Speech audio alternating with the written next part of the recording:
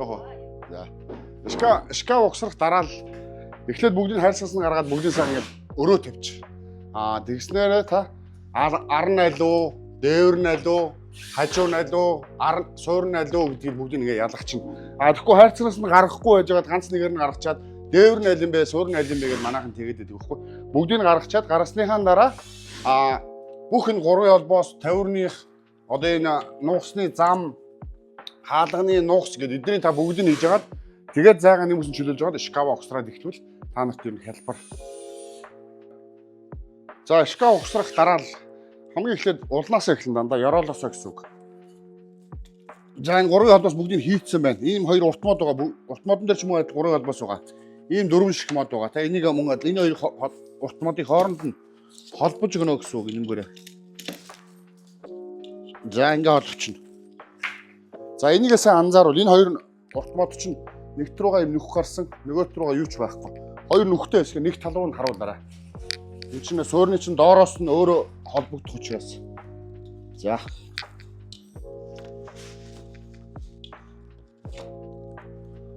За ингээд. Одоо ингээ гурван холбоос чангалчихна. Энэнгөр. Эндээс ингээ чангалчихна.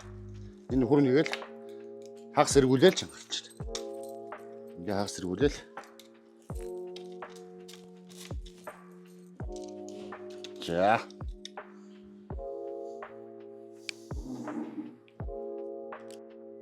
За. За энийг бүгд хийгээд дуусчлаа. Ингээ холбогчж байгаа хооронд нь.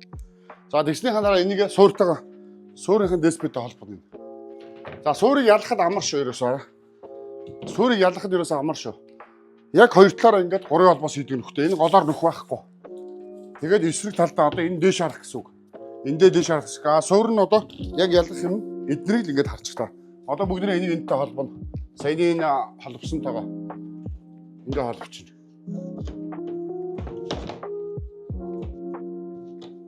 Тэгээ холбосныхаа дараа гурван холбоосоор түгжээд өгчин бүгдийг.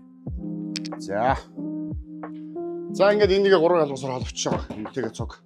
За эргүүлж харуулад одоо угсарч эхлэе гэсэн үг байхгүй.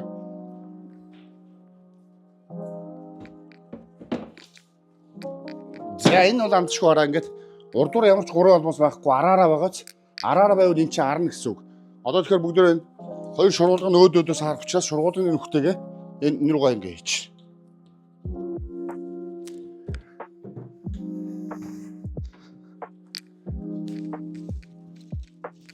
За тав гарч. За тэгэн утаа араа хийчих. За арн мэл гурван холбоосоор орно шүү ингээд. Сайн харуул гурван холбоостой. За ингээд. За болтон дунд чи ийм бүдүүн шүрэг байгаа. Айгүй бүдүүн. Ийм бүдүүн шүрэг байгаа шүү. Энийг араас нь ийм бүдүүн шүрэг байгаа. Ардаа дөрвөн шиг орно. Шууд ингээд араас нь шүрэгтчих. Тэгшлээрээ санджах. На шошо.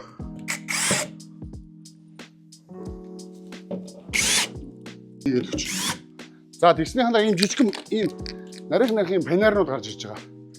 Энэ завсраар ингээ хийчихнэ. Давхарлаад хоёрыг одоо сүүлийн шкафч айгу боловсронгуй болцоо. Тэгээд дээр юу шиг болох ш. За ингийн гутаа шууд нөгөө юугаа өөдөөс нь харуулад одоо энэ замтайгаа өөдөөс нь харуулаад бидний холбоодох чинь тэгэл голчин босчлоо гэсэн үг байхгүй. За ингэн. За ингэж байгаа нөгөө хажуугаа хийчих. Нөгөө араа хийчих. Араас нь. За энийг хийхдээ ихэж ингээ панераа угуулчих. Тэгээ хийгвэл амар байдаг шүү. Панераа угуулчих. Тэгж жагаад гурван холбоос хийчихээ. Ингээл.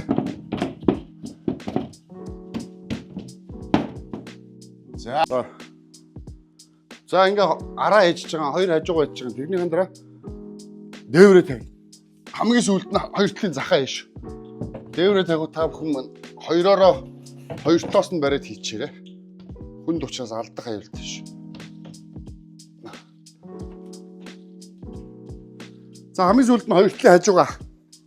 Ямар ч хөмсөг хийгээгүй шүү. Хамгийн сүүлд нь хөмсгүүдийг. Шкаф эхлээд арамын үндсэндээ босчих гэсэн үг. Тэгээд хажуугаа хамгийн сүүлд нь хийгээд тэгээ бүгдээрээ хөмсг хийж эхэлнэ. За ингээ үндсэндээ бүгдээрээ гурван бүх холбоосуудаа хийчлээ гэсэн үг.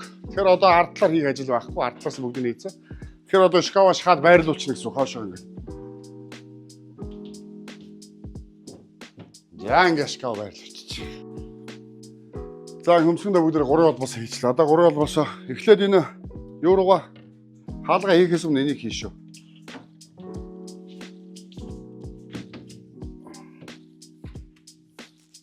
За ингээд хийчих. Энийг хийснийхэн дараа дахиад нэг хөмсг байгаа энд. Энэ энэний араас ордог шүү ингэж. Ингэж ордог шүү. Тэхийн тулд энийг хийхийн тулд эхлээд энийг хийсэн байгаа дээр эхлээд 4-3 холбоосоор ингээд шангалаад өчтгий. Тэгэхгүй энэний ард нөө түгжээ н орчдөг учраас чангалах боломжгүй. Эхэлж энийг хийж заавал энийг чангална. За энийг харин нөхөн наан цанаогоо зэн сайн харуул. Нөхөн ийшээ баг ийшээ их. Энийг хаашаач харуулсан болно ер нь бол. Гэтэ би голцоо нааш нь харуулна. Нөхөний наад хаалга руугаа ойрхон дийчдэг. Гол нугсандаа амар байдаг. За энийг боохтоо. Болтын дунд чинь ийм болт байгаа. Ийм урт болт байгаа. За энэгээр боочно. Дэрэлээ нэвч боочно. За тэгэл болоо. За. Тавирныхын цагаан ямуудыг бүгд ингэ хийчихнэ. Амаа нийш наруулаа.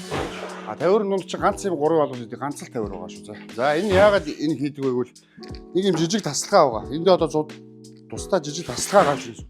Тэгэхээр энэ 3 албаас дээрээс нь орно гэсэн үг шүү. Ингэж яагаад ингээд яг нөхөр нэгэ таараад болчих. Тэгээ энийг ингээд хоншоод өчч. Тэгээ энэ таслахаа авсны дараа эднэр дээр чи ингээд жижиг тавирууд нэгэ тавиулчих. Ингээд. За одоо бүгдээрээ шургуулгаа ялтрууны их биендээ бооцсон, шургуулгаа угсарцсан.